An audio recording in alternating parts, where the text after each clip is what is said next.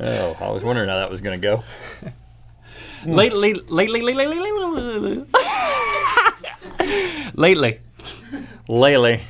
you've been reading what's on the wheel, and I haven't been reading it. So the first time I hear is when you say it to me. I don't know if that's a good idea or not. Did you used to read it? I always read it out loud. I used to read it with you. Are you saying that you didn't know what I was saying? No. Because you did what I thought. Yeah. I thought you understood what I said. I'm just making a side observation that before, for the longest time, we would both turn and we would read the wheel at the same time. And then I was like, you know what?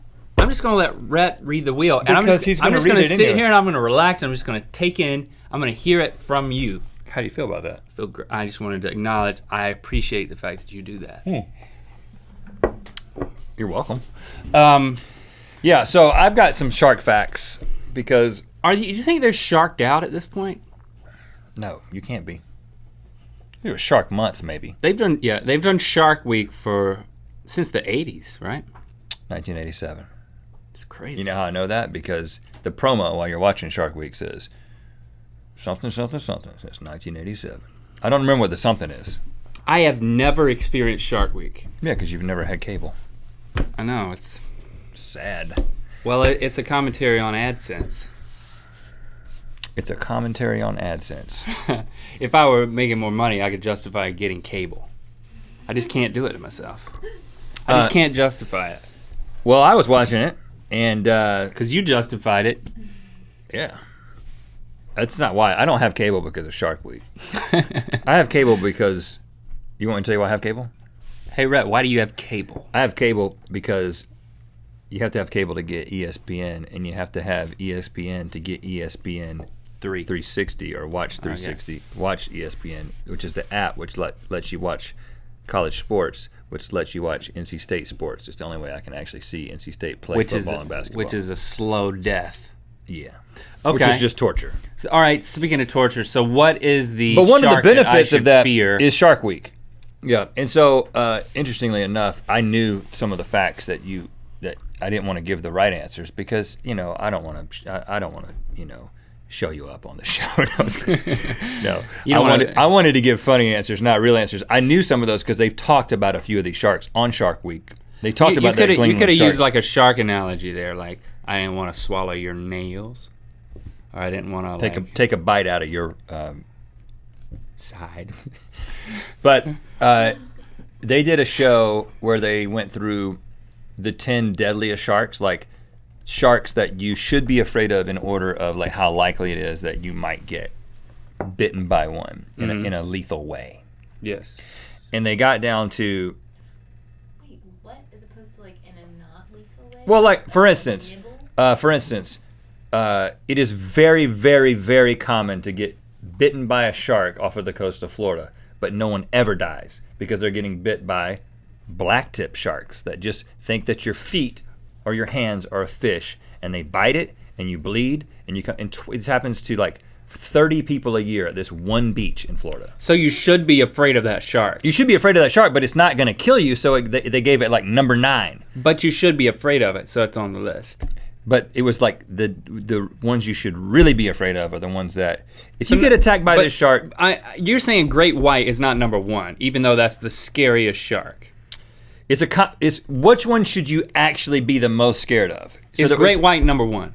No. So what they're taking into account is, like, okay, for instance, one of the deadliest sharks, I think, is the mako. Like, maybe it's the mako is really fast, and it bites you like crazy, and it's just super aggressive, but they never come close to shore, so you really don't have to worry about him. But like, of like 11 people who have been attacked by these things, like 6 of them have died. I think it's the mako, I could be wrong. But they were like, but we're gonna put him at number 5 because you're never gonna run into a mako shark if you're just out on the beach like everybody else is. And we're gonna put this blacktip at number 10 because people are gonna get bit all the time, but they're gonna just have a story to tell. So they were like, now everyone thinks that the great white should be number 1. And so they put the great white with another shark as the last 2. And they spent like the last 10, 15 minutes of the episode explaining why this other shark is actually more dangerous. Does anybody have any guesses? And that's Good Mythical More. We'll see you tomorrow. Hammerhead. We have a hammerhead. Tiger. We have a tiger. The Greenland shark. We have a Greenland shark. Sand shark. We have a sand shark. Does that exist? It does, but it's definitely not dangerous. The No, but- bull shark. Bull shark. Bull sharks have That's a load of bull shark. the strongest bite of any shark. Stronger than the great white per square inch. And they are very aggressive. And I just saw a news report from over the weekend. One was in Lake Pontchartrain. Lake Pontchartrain? Because they can be in freshwater Really? or saltwater, and it bit a 7-year-old kid. Is that in Texas? Where is that Pontchartrain? Is that Louisiana? What? Lake Pontchartrain. I've definitely heard of it. It's a huge, I think it's in Florida. It's a huge crater lake, I think. Really shallow. Wow. But they also find them, Louisiana, you were right. they actually find them way up the mouths of rivers because they like brackish water. And I mean, you can catch bull sharks just like out of a river. How big do they get? I think 12 feet maybe. Bull shark is the shark you should be scared of because they're the ones that are most often, when presented with the opportunity to bite, they will, and then the lethality of the bite is really high. Here's the thing in closing. You know that the people at Discovery Channel have sat in boardrooms and they said, all right guys, what's the next Shark Week? You know, they like have all these brainstorming sessions where they're trying to figure out, Randy comes in, he's like, guys, Monkey Week, it's gonna happen. People are gonna love it. You got cute monkeys, you got ferocious monkeys, you got big monkeys, you got small monkeys. Monkey Week, right? Right? It's like, you're fired. Yeah. Monkey Week's And then not what? happening. I mean, what's the thing that they've almost done? The replacement? No, Shark Week? No, because Shark Week is such a behemoth. They want to spin off. They want to have like a. You can't be done. That's an interesting thing. It can't be done. It's an interesting thing that Shark Week is has such a longevity. Name one other animal that can kill you that the average person probably comes in close contact with any given year. Monkey. Deer. Snake Week. Alligators. You don't come in contact with an alligator. But if you live around there, you do. But all Week. of us. You could have a gator day. All of us have probably been within 50 yards of a shark that could have done serious damage to us in the past 12 months. Have you been to the beach? I think Eddie's right. Snake Week would be the closest thing. Snakes, okay. But snakes they wig people out so much, me included, Can't market that. that you can't market that. But something about sharks, there's not a cute factor. There's no cute factor to sharks. So what is the other thing that makes a Snake Week not work but a Shark Week work? I think it's just water.